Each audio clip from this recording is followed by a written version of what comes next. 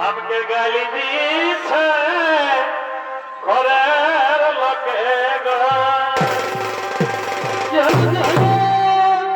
ओदे काला कासे इयो नहीं होछे घरे केन ए भाई काला कासे इयो नहीं होछे घरे हमके बिहा दीछे गो हमके बिहा दीछे गो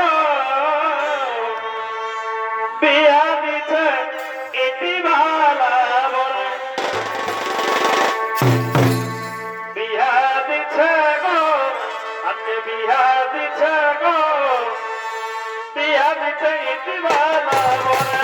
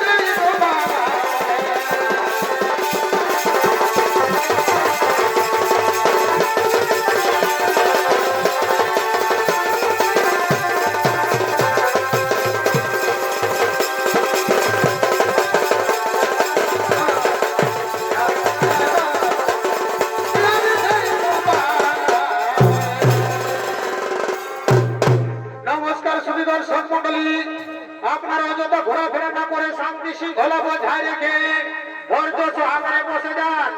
এরপর শুরু করতে চলেছি ভাঙড়া জয় মাতা শিশু ছয়খানি প্রস্তাব দেবের বাদ্যকারের পক্ষ থেকে দ্বিতীয় নম্বর পালাখানি। তাই আমাদের ওস্তাদ যে পালাখানি তুলে ধরবে সেই পালাখানি নৃত্য রূপে নাম রেখেছেন সতী অনুসূয়া ও তার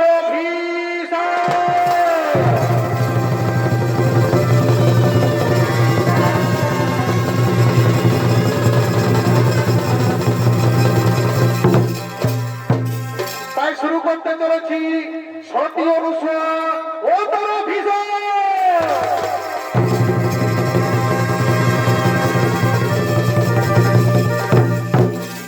এতক্ষণ শিব দুর্গা নিজ কৈলাস শিখরের দিকে করেছে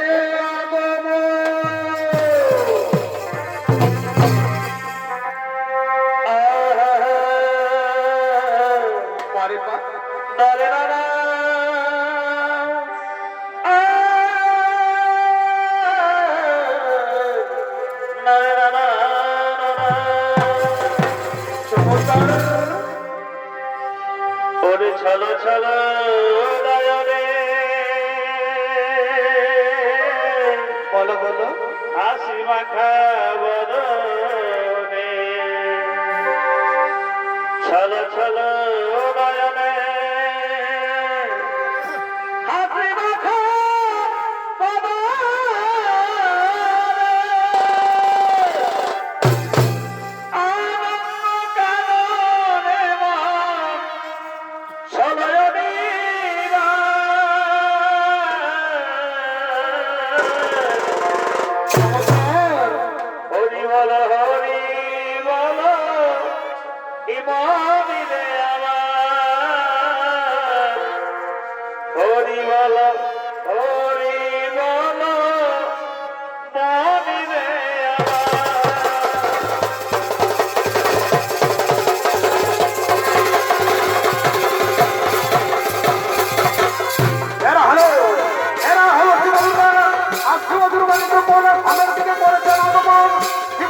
ভূমিকা সান্নিধ্য করতে হবে।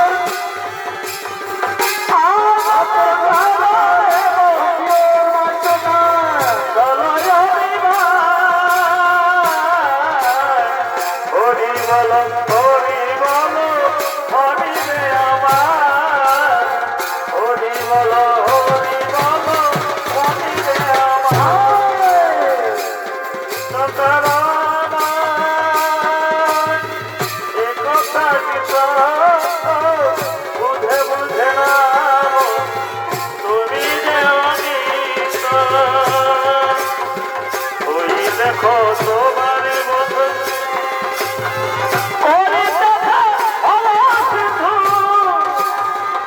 ওই দেখো তোমার বন্ধু করিতেছে ভবতু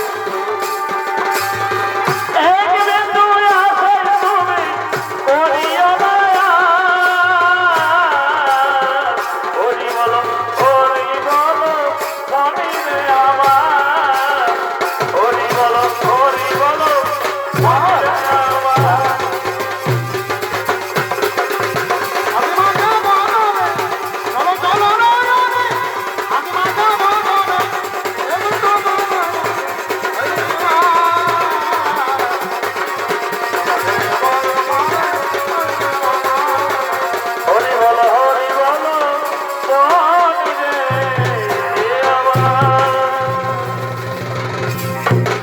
দর্শক মন্ডলী, এতক্ষণে শিব দুর্গা নিজ কৈলাস ধামে বসে পড়লেন। আর ওদিকে পম্ভাদেব ও ত্রিমুনি ও মণিগণ তারা কৈলাস শিখরের দিকে আগমন করতে চলেছে।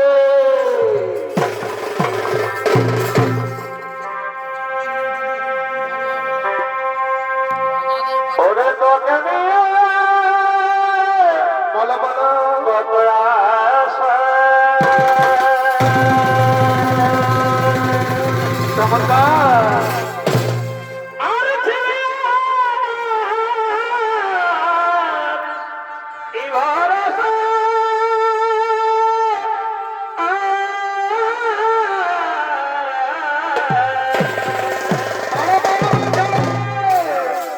ভরসে আশায় এই ভাবা ভাবিল ষোল ভাবি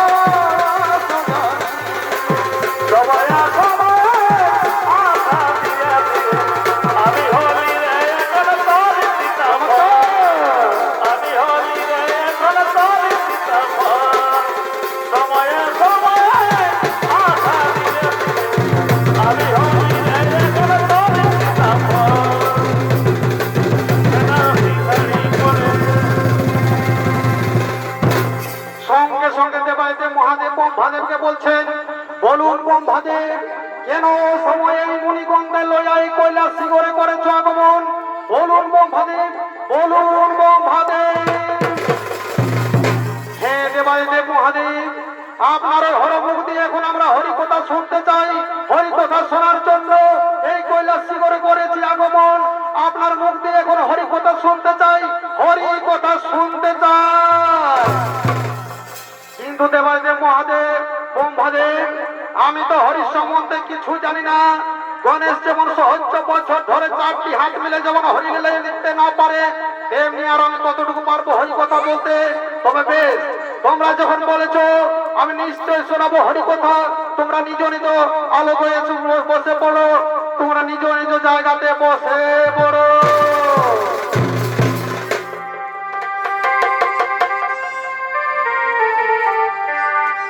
এই হরি বলো, হরি বল, হরি বলো,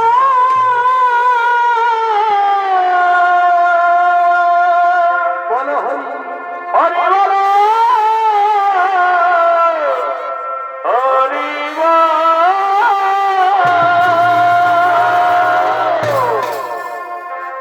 হরি বলো রে, হরি বলো রে, হরি বলো, হরি বলো, হরি বল, হরি বল, হরি বলো,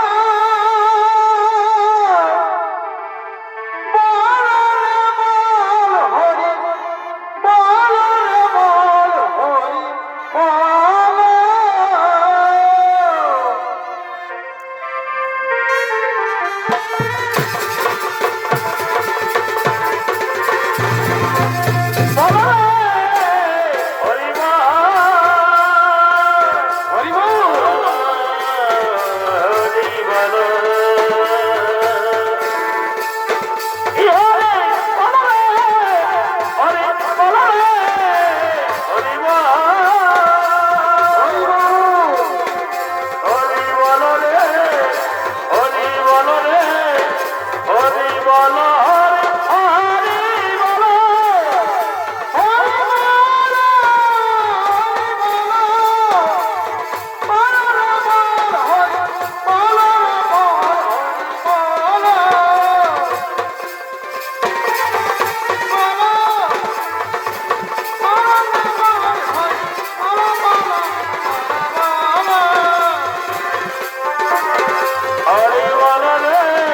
হরি বল, হরি বল, হরিনাম সংকীর্তন চলাকালীন ধর্মবর্ষণ করে বিচরণ করতেছিল। হে দেখে দেবাদিদেব মহাদেব, তার মস্তক করিল ছেদ।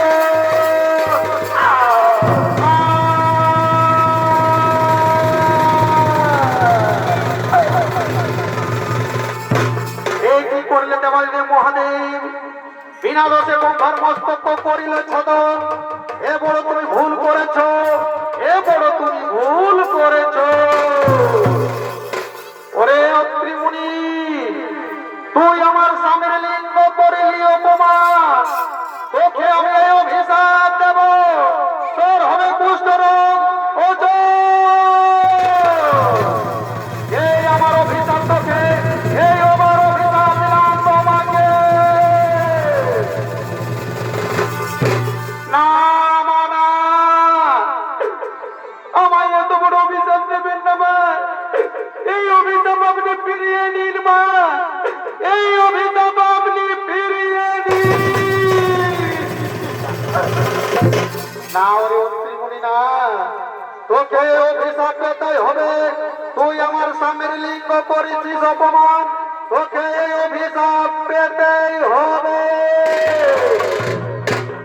ঠিক আছে মা, বলে দিন কেমনে পাবো এই রোগ থেকে মুক্তি? এই কেমনে পাবো এই রোগ থেকে মুক্তি? বলে দিন মুক্তির উপায়। ওরে অত্রিমুনি, ওই যে দেখছো দেবী মায়ের মন্ত্রী, ওখানে গিয়ে আশ্রয় নে। ওখান থেকে পাবি তুই রোগ থেকে মুক্তি, ওখান থেকে পাবি তুই রোগ থেকে মুক্তি। মা, আমি তাই করব। আমি চললাম, আমি চললাম।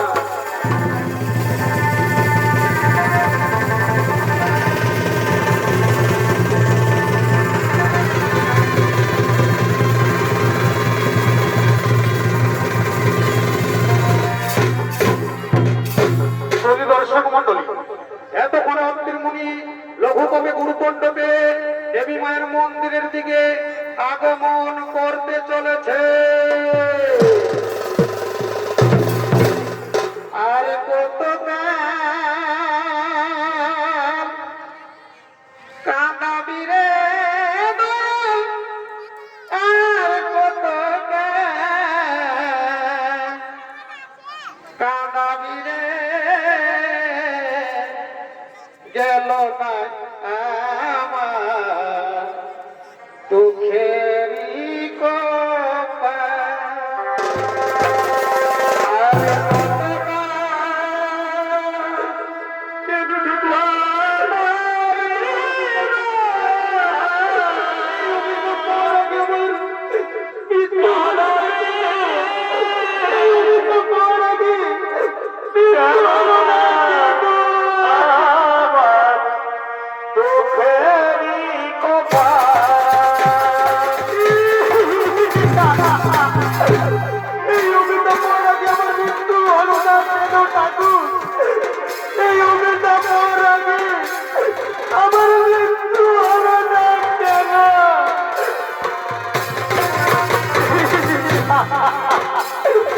আর আর কত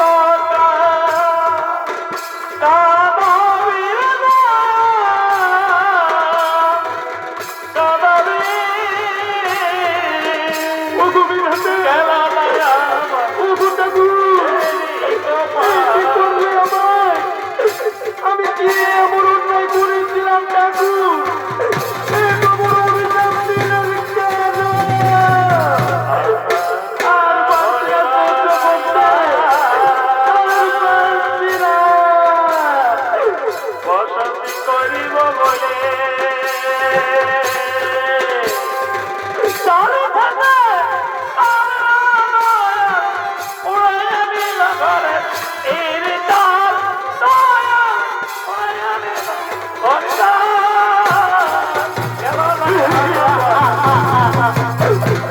কেন ঠাকুর এত বড় অভিশাপ কেন দিলে আমায়? এই অভিশাপ পর আমি আমার মৃত্যু হলো না কেন? মৃত্যু হলো না কেন?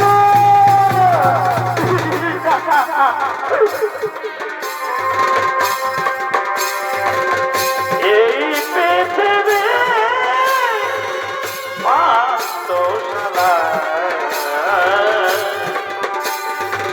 আই গো কেহ আছে কেহ নাই আই গো কেহ আছে কেহ নাই।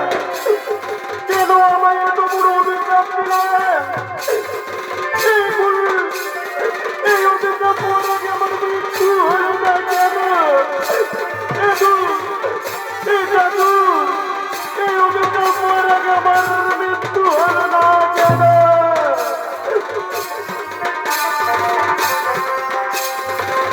কেউ রাধে হারা ফকিরি রতা কেউ পরিহার করিল বেদন কেউ পরিহার ফকিরি রতা কেউ পরিহার করিল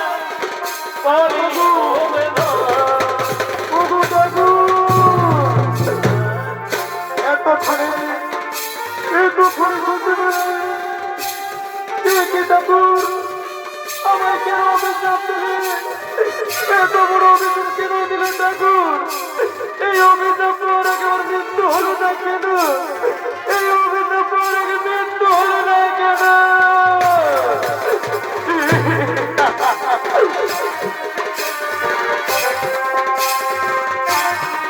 মৃত্যু হলো না কেন? মৃত্যু হলো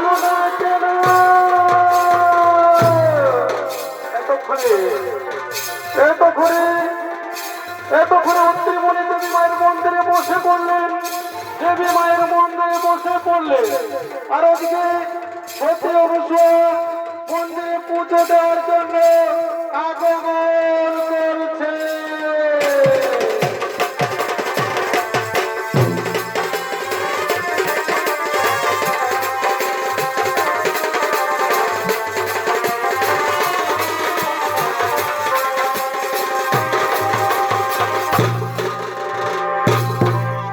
নম শিবায় নম শিবায় হরে হর মহাদেব নম শিবায় নম শিবায় নম শিবায় হরে হরে হরে নম শিবায় নম শিবায় নম শিবায় হরে হরে হরে নম শিবায় নম শিবায় নম শিবায় হরে হরে এত করে সতী নম অনুসূয়া শিবায় দেবী মায়ের মন্দিরে পুজো দেওয়ার জন্য তার ভক্তগণকে লইয়া আগমন করেছে। নম শিবায় নম শিবায় হরে হরে মহাদেব নম শিবায় নম শিবায় নম শিবায় হরে হরে মহাদেব নম শিবায় নম শিবায় নম শিবায় হর মহাদেব নম শিবায়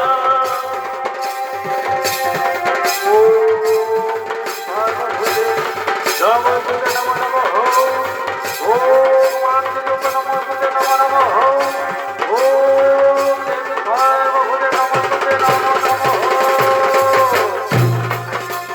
নম শিবায় নম শিবায় নম শিবায় নম শিবায় দেবী নম শিবায়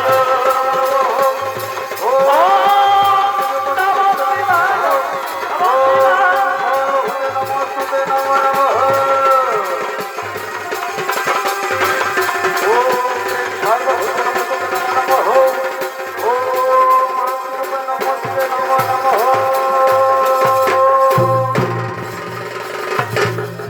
সতী অনুসূয়া, আমার একটা কথা রাখবে মা, আমার একটা কথা রাখবে।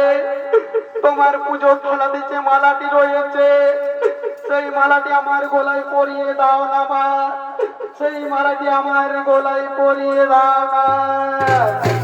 ঠিক আছে মহারাজ, আমার পুজোর থালাতে যে মালাটি রয়েছে সেই মালাটি আপনার গলায় পরিয়ে দেব, আপনার গলায় পরিয়ে দেব। এ নাও পরিয়ে দিলাম।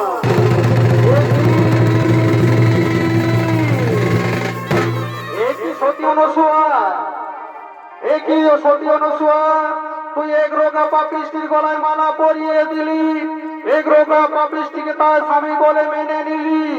এবারে তুমি ভুল করেছ, এবারে তুমি ভুল করেছ। এখনই যাচ্ছি তোমার বাবার কাছে খবরটি পৌঁছে দিচ্ছি, এখনই যাচ্ছি, আমি চললাম।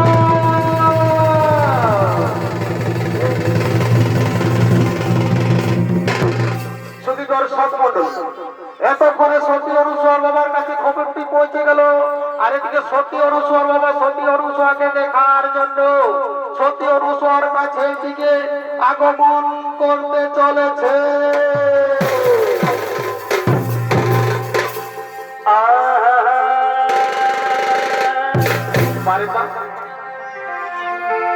আর ঘষল বিখারে পাতা,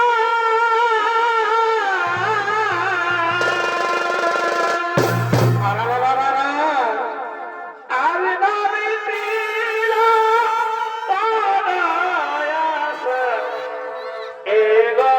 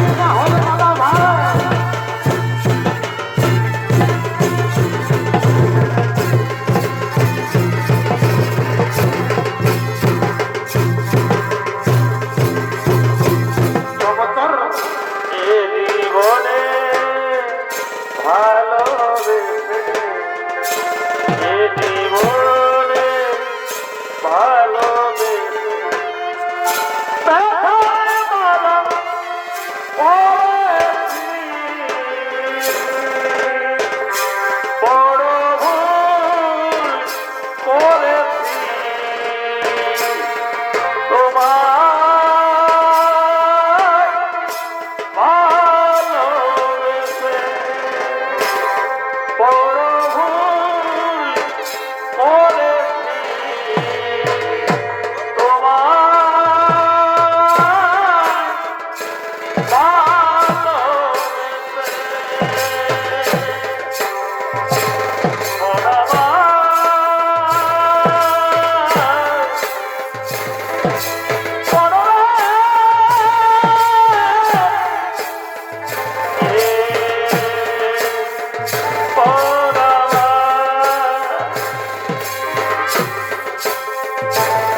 ভালোবাসার পায়রা পাখি এখন জানি না আমার ভালোবাসার পায়রা পাখি এখন জানি না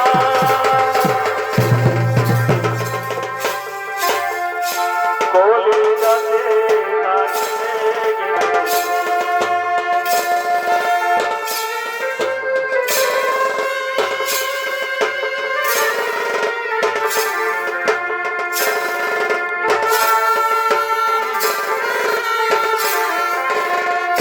হাজার হাজার ভালোবাসার পায়রা পাখি এখন জানি না আমার ভালোবাসার পায়রা পাখি এখন জানি না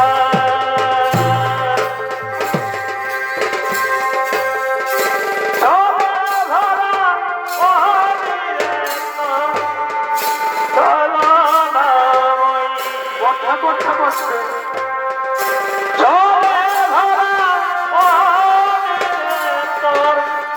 চলো না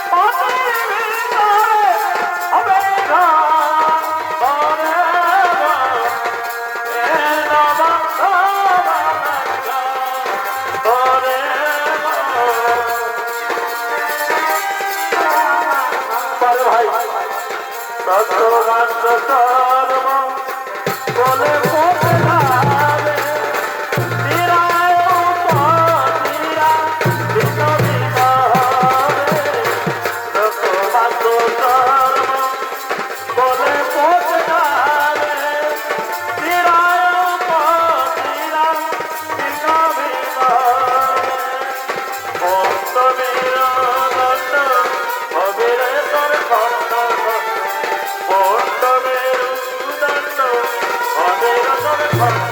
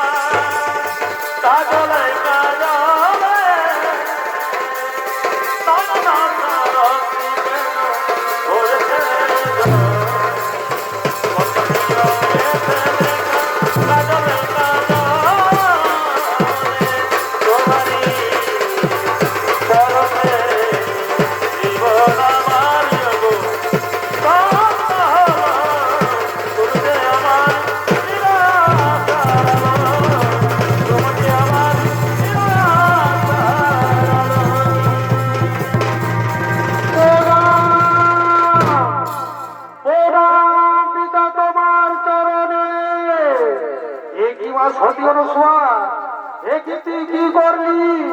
শেষ পর্যন্ত এক রোগা পাপিষ্টি তার গলায় মালা পরিয়ে দিলি।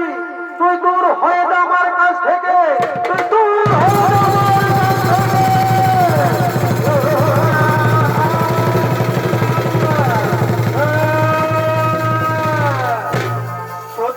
শুধু দর্শক মন্ডলী, এতক্ষণে সতী অনুসুয়ার কাছে বাড়ির লোক কেউ থাকলো না, তার স্বামী থাকলো তার পাশে। তাই এখন সতী অনুসুয়া নগরে নগরে দাঁড়ে দাঁড়ে ভিক্ষার ঝোলা ধরে ভিক্ষা করে বেড়াচ্ছে। ভিক্ষা দাও গো নগরবাসী,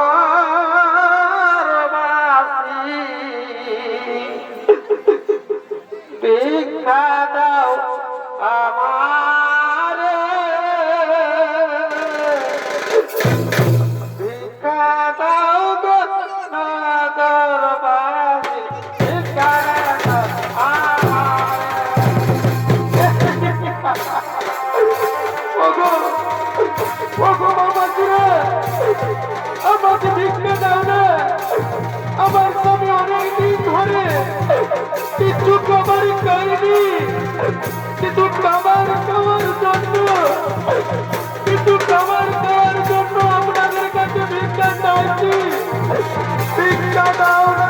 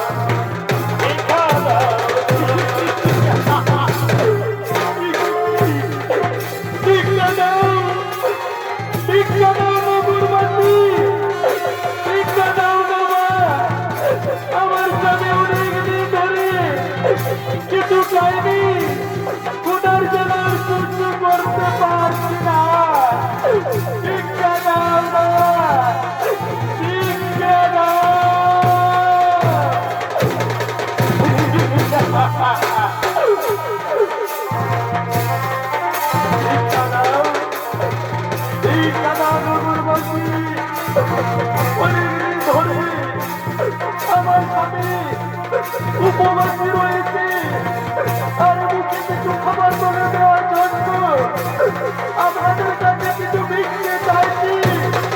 ভিক্ষে দাও। রাধে রাধে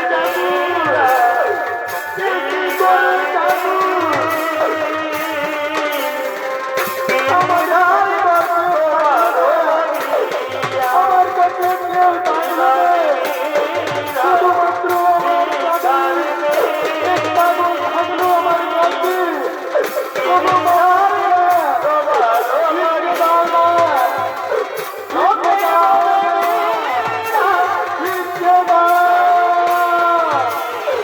অনেকদিন ধরে আমার স্বামী কিছু খায়নি, কিছু খাবার খাওয়ার জন্য, কিছু খাবার তার মুখে তুলে দেওয়ার জন্য ভিক্ষে চাইছি। তাও না, তাও না কিছু ভিক্ষে।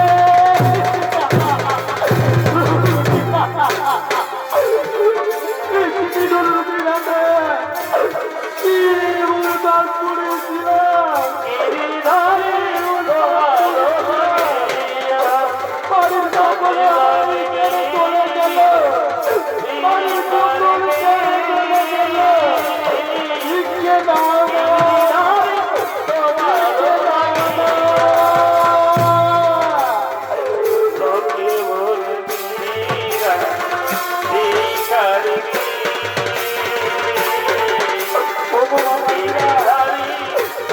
আমার স্বামীকে কিছু খাবার খাওয়াবার জন্য কিছু আপনাদের কাছে ভিক্ষা চাইছি। কিন্তু ভিক্ষা দেন না আমাদের। আমার স্বামী অনেক দিন ধরে কিছু খায়নি, অনেক দিন ধরে কিছু খায়নি।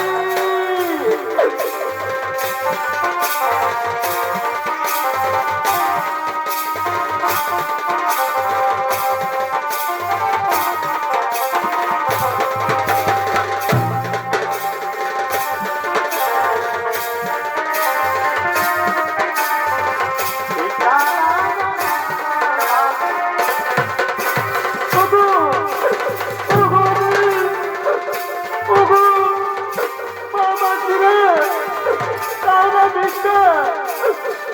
আমার স্বামী অনেক দিন ধরে এখনো পর্যন্ত কিছু খাবার খাইনি। তাও না স্বামী, কিছু খাবার তুলে দেব তার মুখে, কিছু খাবার তুলে দেব। তোমাদেরও তো স্বামী হয়েছে মা, তোমাদেরও তো স্বামী রয়েছে। এইভাবে যদি দিনকাল কাটে তাহলে কেমন করে চলবে? ভিক্ষে দাও না, ভিক্ষে দাও।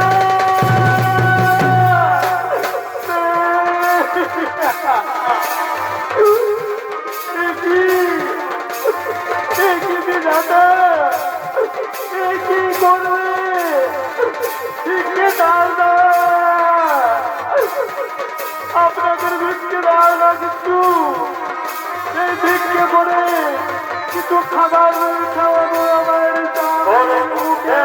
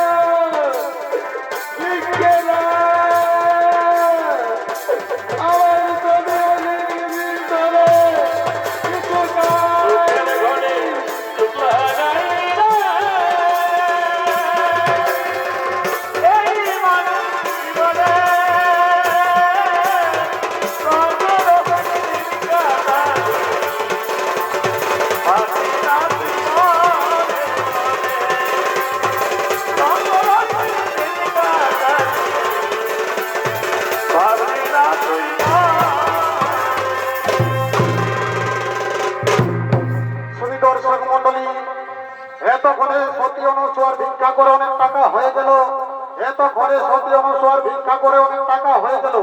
আর ওদিকে ব্রহ্মা বিষ্ণু মহেশ্বর, ব্রহ্মা বিষ্ণু মহেশ্বর তারা একাদশী ব্রত পালন করে এখনো পর্যন্ত কিছু খাবার খেতে পারেনি।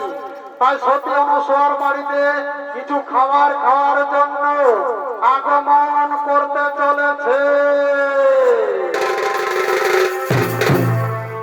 ওরে মরা নদীর তরে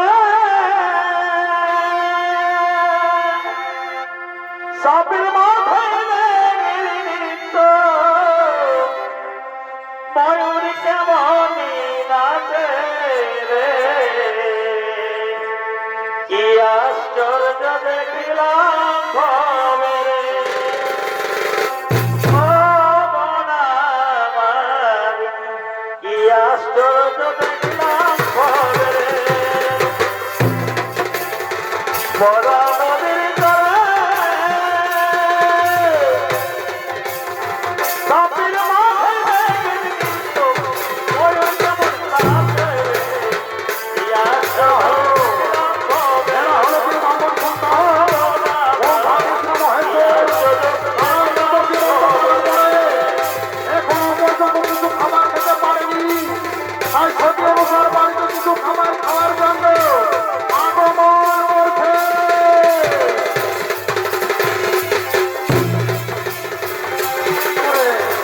দেখে মরা তুই তো রাতে করল মালিকি পড়ল ধরা, হাইকোর্টে বিচারি হইল হাকিম জীবনে মরা রে, কি আশ্চর্য দেখলাম ভবে রে। ও মনা আমার, কি আশ্চর্য দেখলাম ভবে রে। মরা নদীর তলে সাপের মাথায় নৃত্য ময়ূর কেমন নাচে রে, কি আশ্চর্য দেখলাম ভবে রে। ও মনা আমার, কি আশ্চর্য দেখলাম ভবে রে।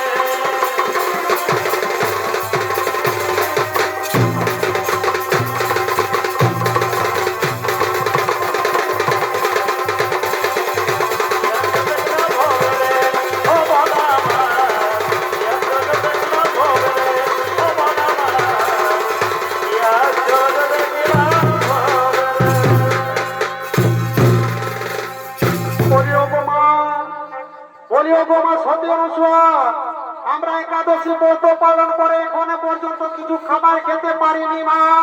তাই আমাদেরকে কিছু খাবার খেতে দিন মা, আমাদেরকে কিছু খাবার খেতে দিন। কে বাবা তোমরা? তোমাদেরকে তো আগে কখনো দেখিনি। কে বাবা তোমরা? তোমাদের আসল পরিচয় বলো। হে মা, আমরা হলাম তিন ব্রাহ্মণ সন্তান ব্রহ্মা বিষ্ণু মহেশ্বর। আমরা একাদশী ব্রত পালন করে এখনো পর্যন্ত কিছু খাবার খেতে পাইনি মা, আমাদেরকে কিছু খাবার খেতে দিন মা, আমাদেরকে কিছু খাবার খেতে দিন। ঠিক আছে, ঠিক আছে দেবগণ, তোমরা নিজ নিজ জায়গা দখল করে বসে যাও। আমি এখনই নিয়ে আসছি তোমাদের জন্য কিছু খাবার। দাঁড়াও মা সতী অনুসর, আমাদের একটি শর্ত রয়েছে মা। সেই শর্ত যদি মেনে নিতে পারো তাহলে তোমার হাতে খাবার খাবো, আর যদি না মেনে নিতে পারো না খেয়ে বাড়ি ফিরে যাব। দেখি বাবা কি এমন শর্ত রয়েছে, বলো বাবা, খুলে বলো। হে মা, তুমি যে খাবারটি আমায় দেবে, তুমি যে খাবারটি আমাদেরকে দেবে, সেই খাবারটি উলঙ্গ অবস্থায় দিতে হবে, উলঙ্গ অবস্থায় দিতে হবে। এ কি? এ কি ঠাকুর? আমি যে এক নারী, কেমন এসো বাড়ি কাছে আমি উলঙ্গ হইব? এ কি করে ঠাকুর? উপায় করে দিন ঠাকুর, উপায় বলে দিন। মনে পড়েছে মনে পড়েছে এই মাত্র আকাশবাণী থেকে খবর এলো এই তিনি বাংবন সন্তানদের আমি নাবালক সৃষ্টি করব ও দেবী সর্বভূতের বস্তুতে নব নমঃ ও নমস্তুতে নমঃ নমঃ ও নমস্তুতে নমঃ নমঃ।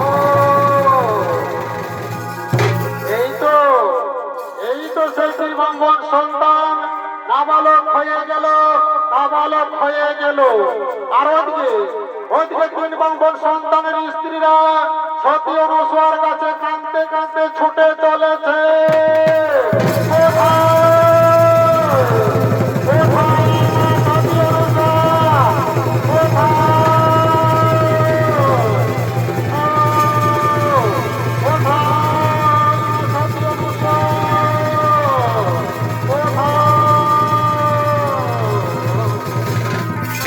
কোথায় মা সতী অনুসূয়া? আজ তুমি আমার কাছে জিতে গেছো মা, আজ তুমি যা চাইবে তাই দেব। বলো মা তুমি কি নিতে চাও? ওগো প্রভু, আমার স্বামী যেন এই রোগ থেকে মুক্তি পায় আর আমি যেন গর্ভধারণী মা হয়ে থাকি।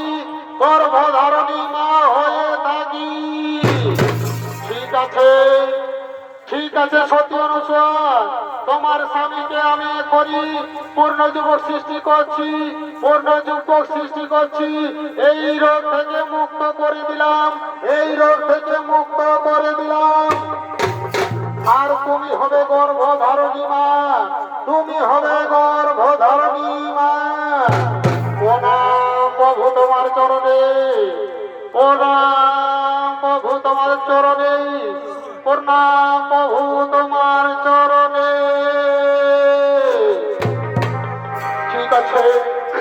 ঠিক আছে তাই হবে। চলো এখন আমরা সবাই মিলে গিয়ে ফিরে যাই।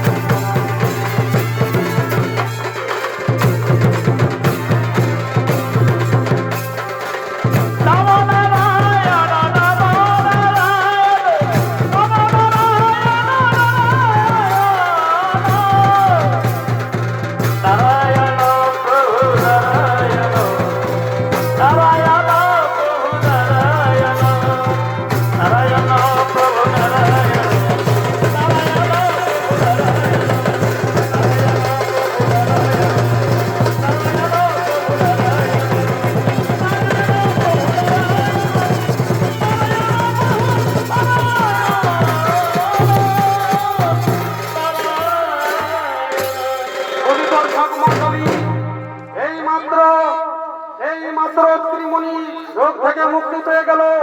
তাই পালাখানি দিয়ে এখানে করলাম সমাপ্ত। নমস্কার, জোহার।